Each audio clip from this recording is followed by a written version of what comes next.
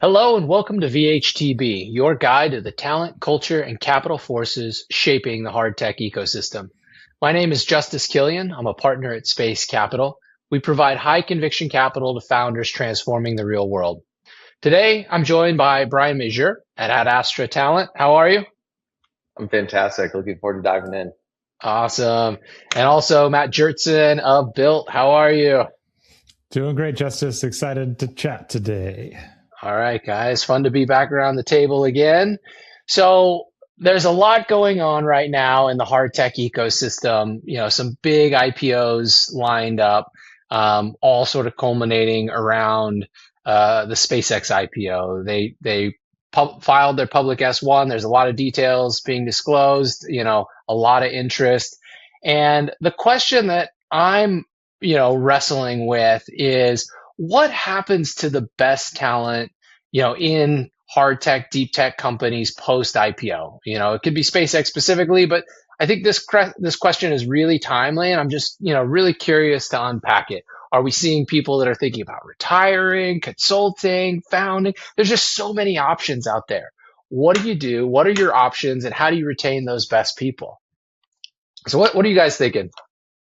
Yeah, you said some of the biggest options that I think are weighing on most folks that hit the proverbial lottery with their equities, particularly at SpaceX. I think most folks who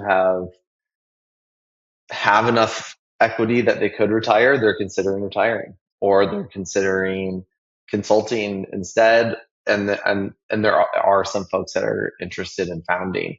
It's going to be really fascinating to see just how much more movement there is in those directions. And we already see that happening, and I think we're just going to see a lot more moving in that direction, because I think folks, when they don't need to work anymore, the idea of being an employee becomes a little less appealing than before.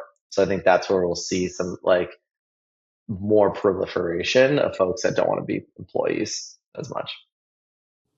Yeah, and I think the one thought that I had to expand it out a little bit beyond just kind of the SpaceX IPO is a lot of this has to do with kind of at what stage a company does IPO or however they choose to go public, because there's plenty, especially with the SPAC craze that happened a few years ago.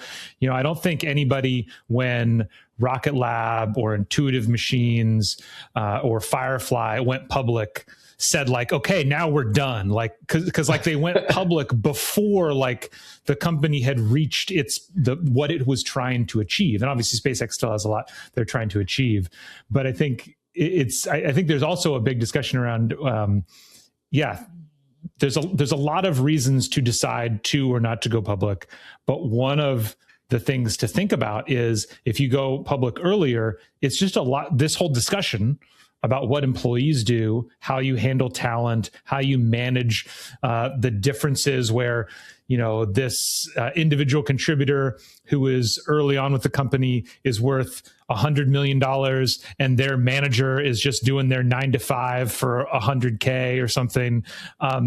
There's all kinds of weird things that happen when you wait a really long time. And so I don't know, maybe Justice, you've heard this. I've never heard how you manage talent in your company as one of the things you think about when deciding to or not to go public. It's probably minor in all of the financial considerations, everything, but it is important. It is an important consideration. Yeah, I think in most IPOs that we've been a part of, SpaceX is our fifth IPO, and in most cases, it's a nice bonus for a lot of the early employees, and they're just looking at this as sort of a next infusion of capital and a new growth curve, and it doesn't change the course of their life. These new mega IPOs that SpaceX would potentially be ushering in and a whole subsequent wave of companies that could follow truly are, life changing, and it opens up a much greater possibility of what you want to do and how you can do it. And it's a really weird sort of managerial dynamics that you would potentially have to face, within an organization. And so I haven't heard anybody talking concretely about what that might look like when, you have somebody who's been there for a long period of time and is worth a tremendous amount. How do you keep them engaged? How do you keep them motivated? Um, it is a whole new dynamic for folks to think about.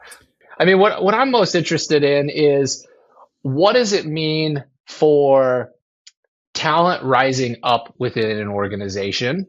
So, does the realization of this financial wealth create pathways for new, very capable talent to come in and sort of bring a fresh set of eyes, a fresh approach into the organization?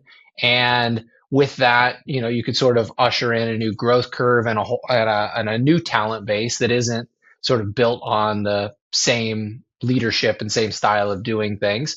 That's risk, right? You're introducing new risk into the company. But does it sort of open up a set of new opportunities for folks to really take on bigger, more meatier projects and lead the company in a new direction? And the folks that I've been talking to seem to think that that's the case. They're looking around. They're sort of seeing who's going to stick around, what is it going to look like, and what are the opportunities to really grow and accelerate and maybe be a leader of a huge new sort of trajectory with AI and where that goes. You guys have any thoughts on that? I want to bring up an example from my past that I have seen that's similar to this, but very different context. And that is retirement in the military. So most retirement in the military faces a very sharp cliff at 20 years. If you leave the military at 19 years, 364 days, you get nothing. If you stayed one more day, you get a salary for the rest of your life and healthcare for the rest of your life. Like it's a massive, massive difference. And that, in my opinion, creates a really weird world where you have a giant swath of people who are right in what you would call middle management, right? Like these are lieutenant colonels, maybe they're colonel. Usually this is like a lieutenant colonel kind of level person where they're in charge of lots of people, lots of money. They're not generals, but they're very firmly in middle management. And a lot of them might be just hanging out between 5 and 8 years because it's like, man, I've put in 12 years or I've put in 15 years of my life. I can't leave. Like, I'm not thrilled with what I'm doing. I don't feel any passion, but geez, like I can't leave now. Obviously that's bad. Like that doesn't create a good environment. Now, that being said, I don't think it's not an exact corollary because there isn't that kind of cliff, but I do think anytime you have a world where the incentives are to just kind of hang out for any reason when you're not connected, that's always going to be bad.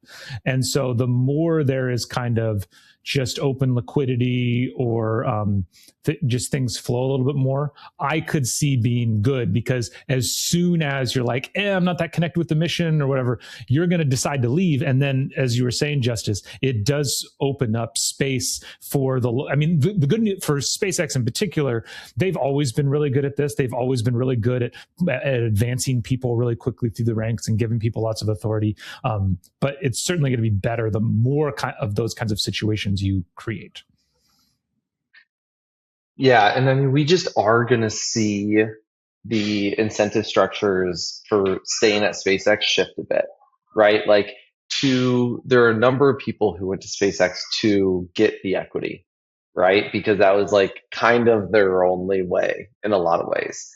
And so that now that the company is public, like, does that, how many people does that impact in hiring and retention?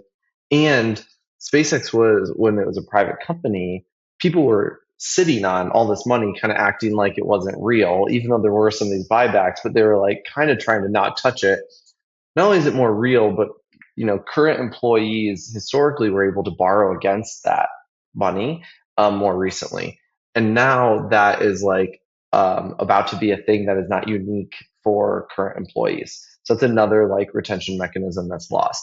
Now, what SpaceX has going for it is the number of people we talk to who are like, I'm not going to leave SpaceX unless you somehow find me somewhere that has a bigger mission with a higher probability of achieving a big mission.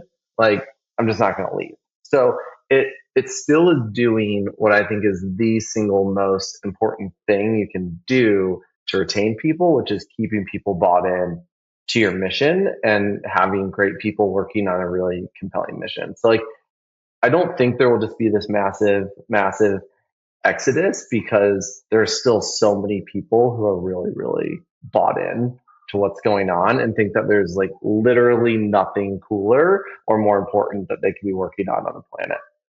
And that's one thing that I think is different. I believe is different between the things that are happening in hard tech today versus if you go back a decade plus into the software world. You know, we've all heard the old phrase that was like, you know, the smartest minds of my generation, instead of going and curing cancer, they decided to figure out ways to get people to click on ads or whatever. Yeah. You know, I think there was in especially in internet booms, there was a lot of, I'm going to go do this thing for the money. And though financials are always going to be important for anybody in any situation, I think in hard tech, maybe because it's so hard, maybe because the missions are a little bit different, maybe because the success rate is maybe lower, there is more of a mission orientation to it than a pure financial play for, I'm going to go do this thing just so that I can make a bunch of money. Absolutely. And people are now seeing you can do both. So you can both work on the mission and make, hit a home run or a grand slam all at the same time. So yeah, it's a very different situation. Go ahead, Justus. I mean, I was just going to say, I find that the impact of building hard tech just so much more tangible. With software. It's sort of, ethereal and like hard to grab on. Increased efficiency by, a certain amount within a company, or increase their revenue by a certain percentage or whatever. There's something really powerful when you see, a rocket fly into space, or, a new power system to deliver light at scale. It transforms people's lives, and you can really connect with that. And that mission is very concrete and powerful.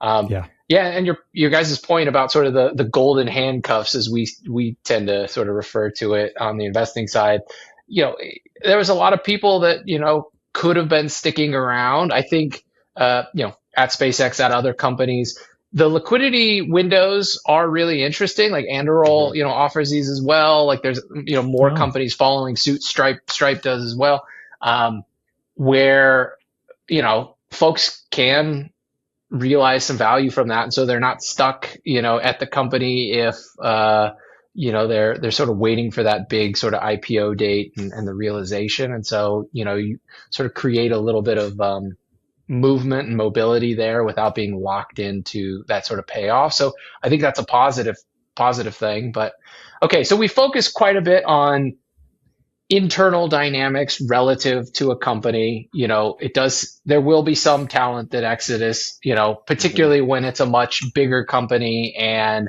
maybe the incentives are now different. But that does create space for folks to rise up and sort of a reorienting of the company. We've talked previously about reloading the mission and how important it is. SpaceX is clearly doing that.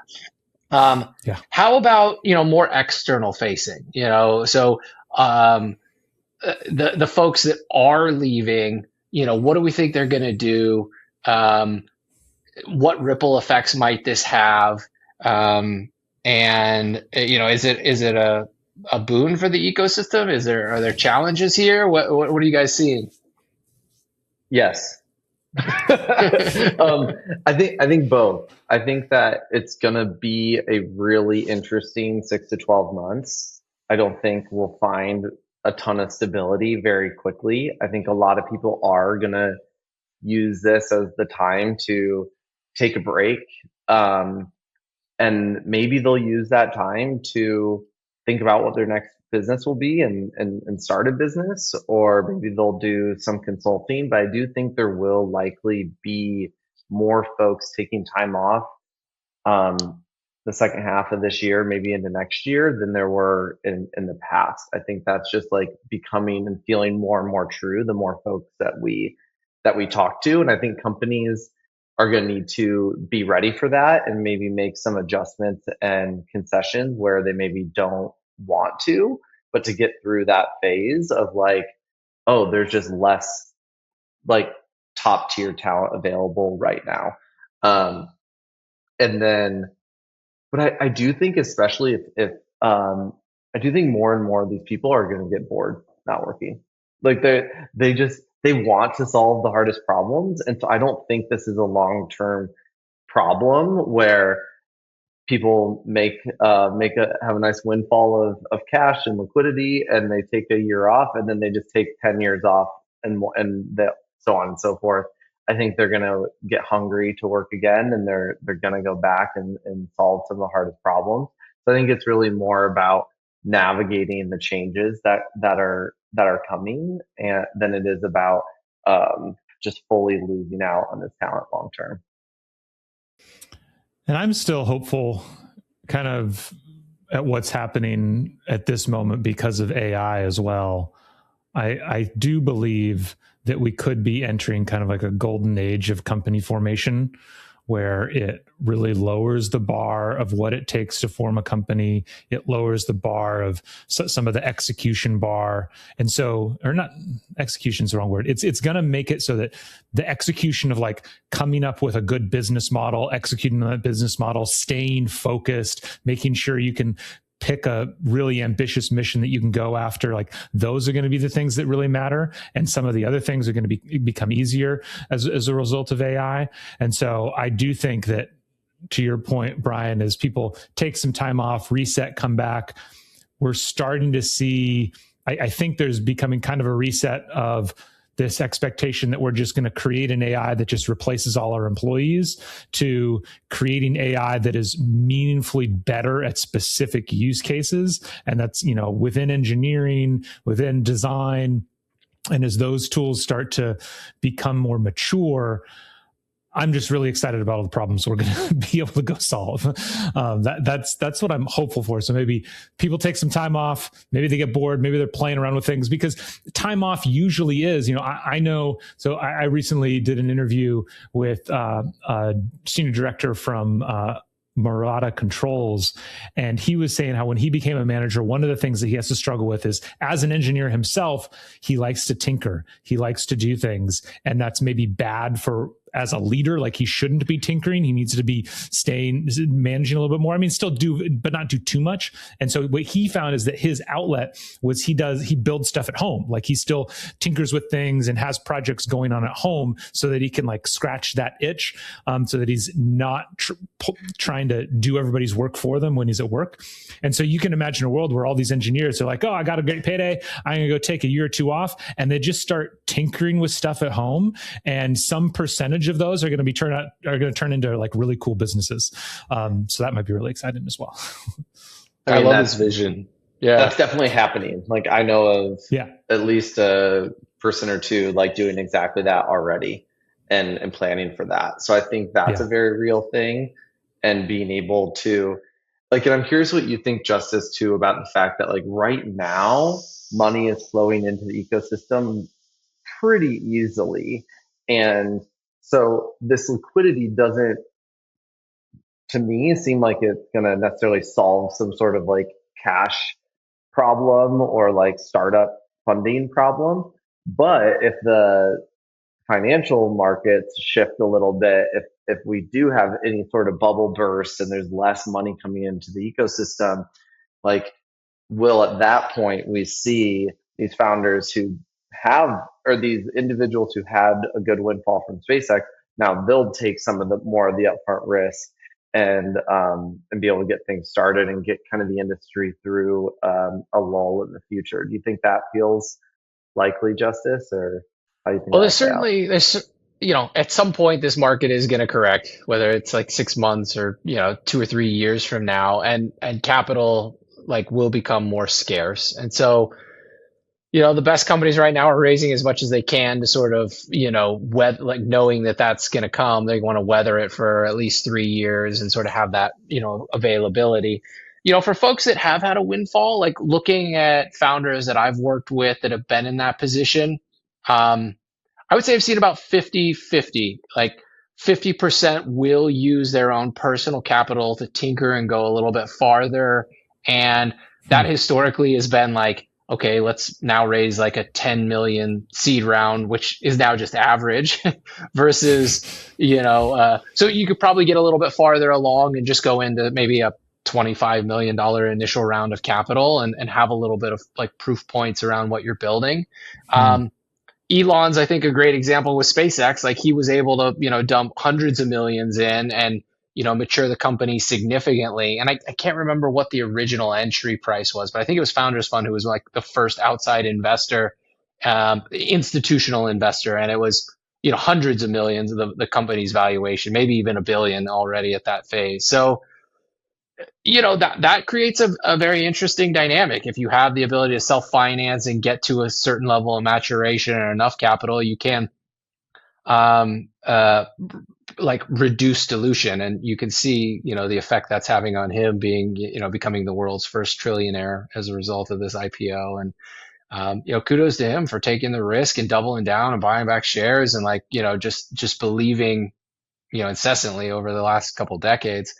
So it'll be fascinating to see. I think we'll get a sort of a 50-50 mix of both. I do see a lot of the best founders realizing they don't just want to do it alone to give up, maybe 10% of their company or 15% to have other partners in sort of their court that could help open doors and be alongside them in the tough early decisions. It's still worth it. Like they still find that value to bring, folks onto the cap table. So we'll see. Yeah, and I think that makes a ton of sense right now. I think what'll be interesting is when things constrict and like when raising that money is harder, do they go to their own pockets to get through, to push through, or to like do that first raise if the first checks, like right now I think the first check is arguably the easiest, is what it seems like. And maybe in the future, like the first check will be the hardest. And so that will just be solved kind of from their own pockets. That's what I'm curious to see. I think the other interesting, I know we're probably need to wrap up, but the other interesting thing that a contraction could create post IPOs, like you imagine a post SpaceX, Anthropic, and OpenAI IPO world where we have these three behemoths out there, almost all of the valuation, which is pinned on AI.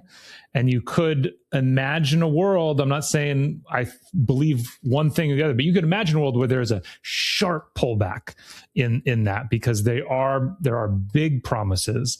And so then, what we started off talking about, all this talent that now has access to all this money because of these IPOs, if all of a sudden the money that they have is overnight, if it's like cut by 40%, cut by 50%, like all of a sudden now we need to rethink everything that, every life plan that these people have made potentially. And so that's the other, yay, now we're liquid, but liquidity means it goes both ways. Absolutely. No, that's a really good point.